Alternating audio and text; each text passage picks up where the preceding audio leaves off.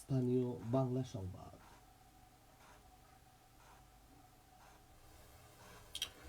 আসসালামু আলাইকুম। সন্ধে 7টা, বাংলাদেশ বেতার সিলেট। সংবাদ পড়ছি মোহাম্মদ আনোয়ার হোসেন রনি। সারা দেশে 20,000 কিলোমিটার খাল খননের পরিকল্পনা হাতে নিয়েছে সরকার। শিগগিরই এই কর্মসূচির উদ্বোধন করা হবে। শহীদ প্রেসিডেন্ট জিয়াউর রহমানের খাল খনন কর্মসূচির মাধ্যমে একসময় খাদ্য উৎপাদনের সুফল পেয়েছে দেশের মানুষ। পরবর্তীতে খালগুলো মরে যাওয়ায় কৃষি উৎপাদন ব্যাহত হয়েছে। শহীদ জিয়ার খাল খননের ধারাবাহিকতা বজায় রাখতে বর্তমান প্রধানমন্ত্রী তারেক রহমানের নেতৃত্বে নতুন করে খাল খনন কর্মসূচি শুরু করা হবে। এর মাধ্যমে জোয়ার ভাটার পানি সরাসরি কৃষকের জমিতে পৌঁছে যাবে। খাল পুনরুদ্ধারের পাশাপাশি সরকারের বনায়ন কর্মসূচির অংশ হিসেবে বৃক্ষরোপণ অভিযানও শুরু হয়েছে। আগামীতে এই কার্যক্রম আরও জোরদার করা হবে। সারা দেশের মতো সিলেটও আজ পালিত হচ্ছে বিশ্ব স্কাউট দিবস।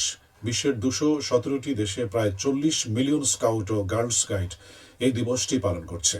স্কাউটিং আন্দোলনের প্রবক্তা লর্ড বেটন পাওয়েল 1857 খ্রিস্টাব্দের এই দিনে জন্মগ্রহণ করেন। তারই হাত ধরে 1907 খ্রিস্টাব্দে স্কাউটিং আন্দোলনের সূত্রপাত ঘটে। তাই 22শে ফেব্রুয়ারি বিশ্বব্যাপী স্কাউট দিবস হিসেবে পালিত হয়। স্কাউটরা কমিউনিটি সেবা, কৃষি, স্বাস্থ্য, শিশু কল্যাণ, বাড়িঘর নির্মাণ তৈরিতে সহায়তা করে থাকেন। এছাড়া প্রাকৃতিক দুর্যোগ সামাল দিতে অসহায় মানুষের আশ্রয় বা পুনর্বাসনের ক্ষেত্রে তারা স্বেচ্ছাসেবকেরা ভূমিকা পালন করে থাকেন। দিবসটি উপলক্ষে শোভাযাত্রা ও আলোচনা সভা অনুষ্ঠিত হয়েছে মৌলভীবাজারে। জেলা স্কাউট ভবন থেকে বের করা হয় শোভাযাত্রা। শোভাযাত্রাটি শহরের গুরুত্বপূর্ণ সড়ক প্রদক্ষিণ করে। পরে স্কাউট ভবনে অনুষ্ঠিত হয় আলোচনা সভা। এতে প্রধান অতিথি ছিলেন জেলা প্রশাসক তৌহিদুজ্জামান পাভেল। অনুষ্ঠানে বক্তারা বলেন, বিভিন্ন প্রাকৃতিক দুর্যোগ ও স্বেচ্ছাসেবামূলক কাজে স্কাউট সদস্যদের অবদান অনস্বীকার্য। স্কাউট সেবাকে আরও গতিশীল করতে প্রতিটি শিক্ষা প্রতিষ্ঠানে স্কাউট টিম গঠনের আহ্বান জানানো হয়। এতে জেলার স্কাউট সদস্যরা উপস্থিত ছিলেন। জেলা রোভার স্কাউট এর আয়োজন করে। ত্রয়োদশ জাতীয় সংসদ নির্বাচনে বিজয়ী সংসদ সদস্যদের সংবর্ধনা ও মত বিনিময় সভা অনুষ্ঠিত হয়েছে আজ সুনামগঞ্জে। জেলা প্রশাসকের সম্মেলন কক্ষে আয়োজিত সভায় সভাপতিত্ব করেন জেলা প্রশাসক ডক্টর মোহাম্মদ ইলিয়াস মিয়া। অনুষ্ঠানে বক্তারা বলেন, দীর্ঘ 17 বছর পর একটি সুষ্ঠু ও নিরপেক্ষ নির্বাচন সম্পন্ন হয়েছে। আর এই সুষ্ঠু নির্বাচন সম্পন্ন করতে সার্বিকভাবে সহযোগিতা করেছে প্রশাসন সহ আইন শৃঙ্খলা রক্ষাকারী বাহিনীর সদস্যরা।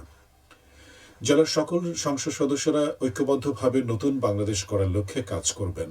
বক্তারা আরও বলেন, জেলায় কোনোভাবেই যেন চাঁদাবাজি, সন্ত্রাস, মানুষকে হয়রানি করা না হয় সেদিকে খেয়াল রাখা হবে। এ ব্যাপারে কাউকে ছাড় দেওয়া হবে না। এ সময় বক্তব্য দেন সুনামগঞ্জ 1 আসনের সংসদ সদস্য কামরুজ্জামান কামরুল, সুনামগঞ্জ 3 আসনের সংসদ সদস্য কয়সর এম আহমেদ, সুনামগঞ্জ 4 আসনের সংসদ সদস্য অ্যাডভোকেট নুরুল ইসলাম নুরুল, সুনামগঞ্জ 5 আসনের সংসদ সদস্য কলিমুদ্দিন আহমেদ মিলন। জেলা প্রশাসন এর আয়োজন করে। পবিত্র মাহে রমজান উপলক্ষে দোকানপাট খোলা রাখা এবং সার্বিক জননিরাপত্তা জোরদারে নতুন গণবিজ্ঞপ্তি জারি করেছে সিলেট মহানগর পুলিশ। রমজান উপলক্ষে ক্রেতা ও ব্যবসায়ীদের সুবিধার্থে পবিত্র ঈদ উল ফিতর পর্যন্ত পোশাকের দোকান, টেইলারিং ও বিভিন্ন বিপণী বিতানের পূর্ব নির্ধারিত বন্ধের সময়সূচি প্রত্যাহার করা হয়েছে। ফলে এসব ব্যবসা প্রতিষ্ঠান নির্দিষ্ট সময়সীমার বাধ্যবাধকতা ছাড়াই খোলা রাখতে পারবে। তবে নগরীর প্রধান সড়ক ও মার্কেট এলাকার ফুটপাত হকার মুক্ত রাখতে কঠোর নির্দেশনা দেওয়া হয়েছে।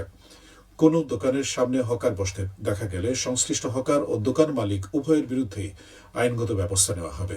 নিত্য প্রয়োজনীয় পণ্যে অতিরিক্ত মূল্য আদায়ের অভিযোগ পেলে তাৎক্ষণিক ব্যবস্থা নেওয়া হবে।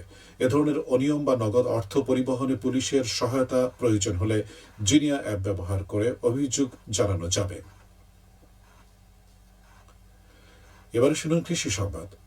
ভ্রাম্যমাণ মধু চাষ করে স্বাবলম্বী হওয়ার দ্বার উন্মোচন হচ্ছে মৌলভীবাজারের প্রশিক্ষণপ্রাপ্ত বেকার যুবক ও উদ্যোক্তাদের। অপরদিকে মৌমাছির পরাগায়নের কারণে সরিষা, ধনিয়া ও কালিজিরার উৎপাদনও বৃদ্ধি পাচ্ছে। পাশাপাশি খাঁটি মধু ক্রয়ে ব্যস্ত সময় এখন স্থানীয় ক্রেতাদের।